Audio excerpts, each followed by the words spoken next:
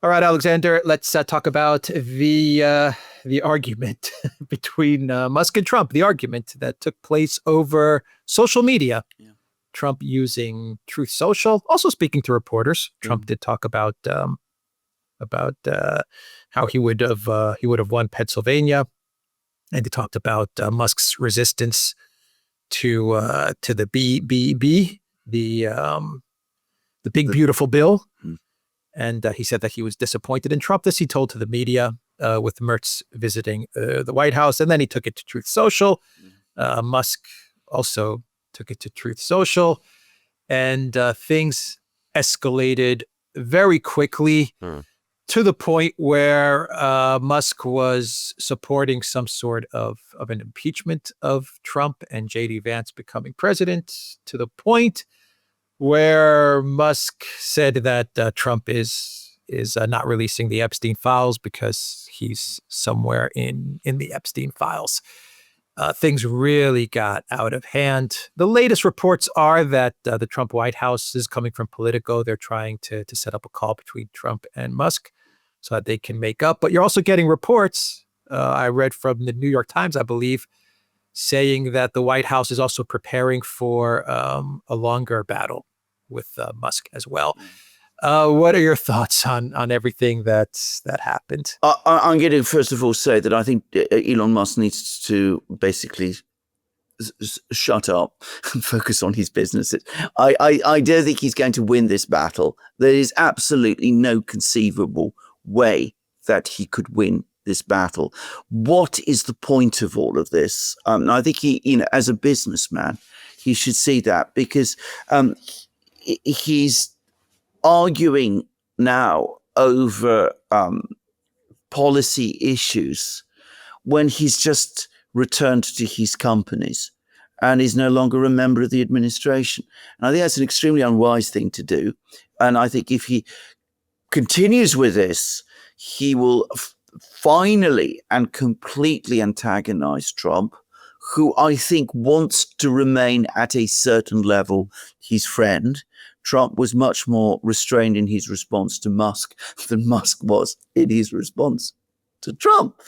So I think that, in his own interests, I think Musk needs to dial it down, and dial it down very, very far, and should remember that, as I said, it was Trump ultimately who made Musk a member of the administration, gave him control of Doge for a few extraordinary weeks.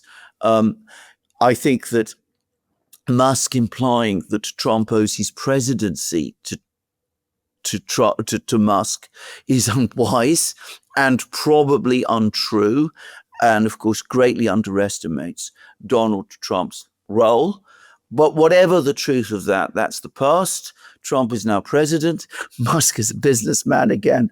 I don't think it ever makes any sense for a businessman, even one as rich and as powerful as Musk is, to talk in this sort of way about the president of the United States, who he might want to keep as a friend in his own interests. I think what has happened is simply this. I think that Musk threw all his energies into Doge. I remember us doing programs about this, and we were saying that Musk was trying to do too much. He was clearly neglecting his own businesses by focusing overwhelmingly on Doge. He pursued Doge. He conducted the Doge operation extremely aggressively for several weeks. An awful lot of information, enormously interesting information, which historians are going to write about for a very, very long time, came out of all of that. But attacking the entire federal bureaucracy head on in that way was always going to be a massively challenging and difficult thing to do. And I think what happened was that Musk eventually lost momentum. He began to quarrel with people in Trump's cabinet. Trump eventually had to distance himself from Musk. Trump is a politician in a way that Musk is not and can never be. And I think what's happened is that Musk has had to leave Doge. The work there is clearly unfinished. perhaps it will never be finished. He's had to return to his businesses. I think he feels extremely angry and very, very frustrated. I think some of this anger is with himself, and I think he's boiling over and taking it out on Trump. And I think he needs to calm down, take the call from Trump, and they need to sort it out between them. And that is what I would advise Musk.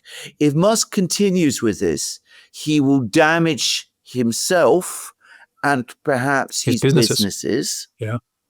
But he will not dent Trump at all. And the MAGA, this needs to be said, much of MAGA was never that keen on Musk in the first place.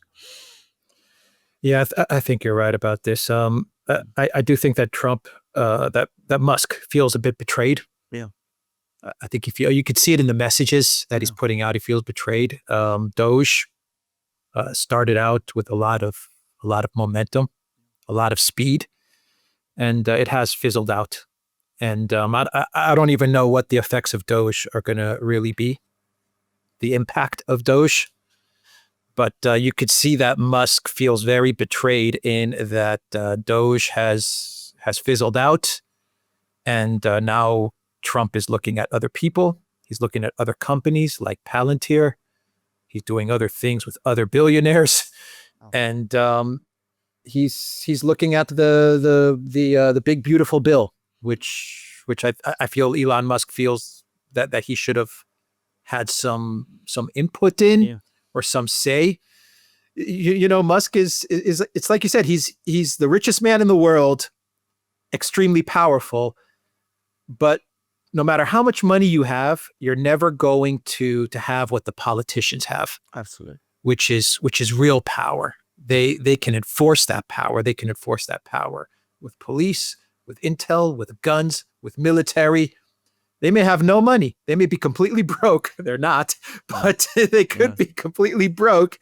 But the power that they wield is something that the Musks and the Zuckerbergs and the Bill Gates, all these people, no matter what ideas they have, no matter what impact and influence they have, they'll never obtain that type of power. And I think Musk got close to that power. He understood what it means to be in the government, to be able to shut down USAID or go after NED or whatever he did with Doge. And now that's been taken away, or that didn't give any results. And now Trump's moving on. He's looking at other things.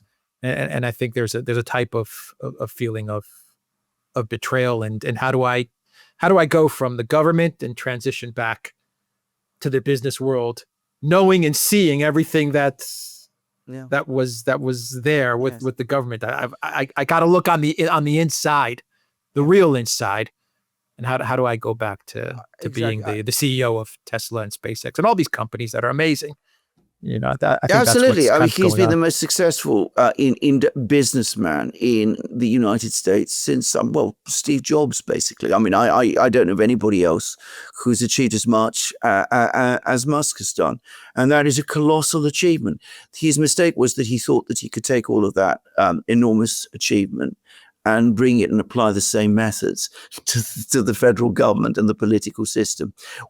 But he is not a politician. And he doesn't understand that politics and federal bureaucracies function in a different way. And I think he did do some pretty remarkable things. I'm not going to say that it was a complete failure. I think learning so much as we did about USAID and what it was up to was an important thing in itself, and that will endure. I think that is something that, even if USAID is reconstituted and starts all its work again, which is very likely under a different name, we now have the record, we have the information about what it was all about. And as I said, one day that will no doubt be useful, and it may be very, very important. But what I think Musk thought was that he wasn't just going to be the president's enforcer, but that he was going to become almost the co-president. And that was never going to happen. I mean, the political system of the United States, the constitutional system of the United States recognizes only one person as president, and that is Donald Trump. It is not Elon Musk. Elon Musk forgot that he serves at the president's pleasure, as every other official of the government does. And I think that, as you correctly say, it's very difficult for him now to go back to the mundane but very important work of his businesses, and to forget all of the work and the exciting, incredibly important work that he did as head of Doge. But that is the reality, and it's the reality that many people who serve presidents face. Yeah. Just a final thought on all of this. Do you think that Musk is going to be able to find his way back with Trump now? I mean, do you think this is the argument was okay up to a certain point? You could say, okay, they'll be able to make up, but then Musk veered off into, let's say, Epstein territory, right? I mean, can this stuff be repaired now, or did Musk just go, a bit too far there? I think a lot too far there. Yeah. I think that Trump, contrary to what many people think, is actually somebody who can be pretty forbearing. And I think he's worked out who Musk is and understands him very well. And I think Trump is not somebody who is without feelings of gratitude. And he does remember the fact that Musk was there through all his own trials. So I think that if it were up to Trump, they could patch things up. I think the person who may find that very difficult to do is Musk. He comes across to me as very bitter, feeling very betrayed, very much the victim, very angry. And people who have this set of emotions often find it very, very difficult to put them to one side. Again, I've had to advise many people who are like that, and I find it always very difficult to do. Occasionally, you could bring them through. Sometimes you can't, and I wonder. I would have thought it'd be difficult, very difficult with with Musk to do that. A final question: do you think that Trump could have handled Musk's phasing out, his exit, a bit better? I mean, Trump is not the smoothest of diplomats, right? No. Do you think he could have perhaps handled it better? Do you think there may have been a bit of betrayal there, from the standpoint that, okay, look, Musk did help Trump get elected. There's no doubt about that. I'm not saying that Trump got elected because of Musk, but Musk did support Trump. X did provide a platform for free speech. Musk bought X, and he saved it to a certain extent. He did save a lot of social media with his purchase of X. Yeah. So Musk definitely played a role, especially in the election, especially in the beginning of Trump's presidency. Perhaps Musk's time had run out. I mean, it was time for him to go back to his life, right? And it was time for him to exit politics and the power, all of the power that comes with politics. Do you think Trump could have handled it differently? Well, perhaps. Just your thought, just your opinion. I'm not saying you. But I'm going to say this. I think Trump went out of his way, actually, to try to be as careful and gracious, if you like, with Musk as he possibly could. I mean, he called him in. They were seen together. He said, I'm absolutely sure that Musk will be back in the administration again one day. He didn't seem to be shutting the door. I think in Trump's own mind, I think he was very fair and very generous to Musk. It's difficult for outsiders to understand what an utterly ruthless business politics is. You can't allow feelings of gratitude, such as Trump might feel towards Musk, to take complete control of what you do, because otherwise what you're going to end up doing is you're going to give Musk everything that he wants, and eventually Musk becomes a more important person than you are, and in the meantime the administration itself becomes destabilized and disrupted. And I think Trump is enough of a politician by now. In fact, I think in some ways Trump is a very skilled politician. People underestimate his skill, to realize that the point had come when he just had to let Musk go. I think he tried to do it in as gentle a way as possible. But, it's not unsurprising. It's humanly very understandable that Musk himself feels angry and bitter about it. But that's the reality of politics. And it has been so since the beginning of history, basically. It's always been this way. I just want to wrap up the video. My thoughts on this is that, okay, it's very difficult to understand how ruthless politics is for us. It's also very difficult to understand for us what it must feel like, what it must be like to be worth $200 billion as well. I mean, I imagine that changes your brain in a significant way. Absolutely. But my point on all this is that, maybe Trump did make some errors in the way he was constantly hanging out with Musk. Yeah. Constantly with Musk, constantly going on trips with Musk. Yes. It did seem like Musk was his right-hand guy in a way. I mean, you saw Musk with Trump more than you see Vance with Trump. I mean, do you think that might have been, very quickly, and we'll wrap up there, do you think that might have been a bit of an optics mistake to be so closely tied in with Musk, at least to the public, to always be with Musk, walking with him, hanging out with him, buying a Tesla, going on international trips with him, taking phone calls with Zelensky. Let's not forget that Musk was on the line at one point in time with a phone call with Zelensky. Yes. Musk was there with him on that call. I think Trump went much too far. I mean, it may have had some effect on the public, but the people that would have affected were two groups of people. Other people within the administration and the federal bureaucracy. They would have been very, very jealous. I mean, I have worked in government and I know how that works. I mean, they say to themselves, is the president is basically under the control of this man with the $200 billion, and he's shutting us out, and it's Musk is really running things, and there will be anger, and there will be frustration, and there will have been complaints to Trump about this. Again, it's difficult to overstate how important those issues tend to be in government. I mean, the jealousies and the intrigues that this sort of thing provokes are enormous. And I think probably Trump doing that fanned the flames. But I think it also did something else, unfortunately, which is that it made Musk feel much more powerful than he really was.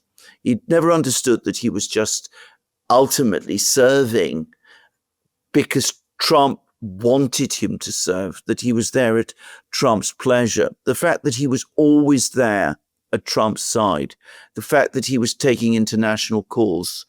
When Trump was taking international calls, Musk was there.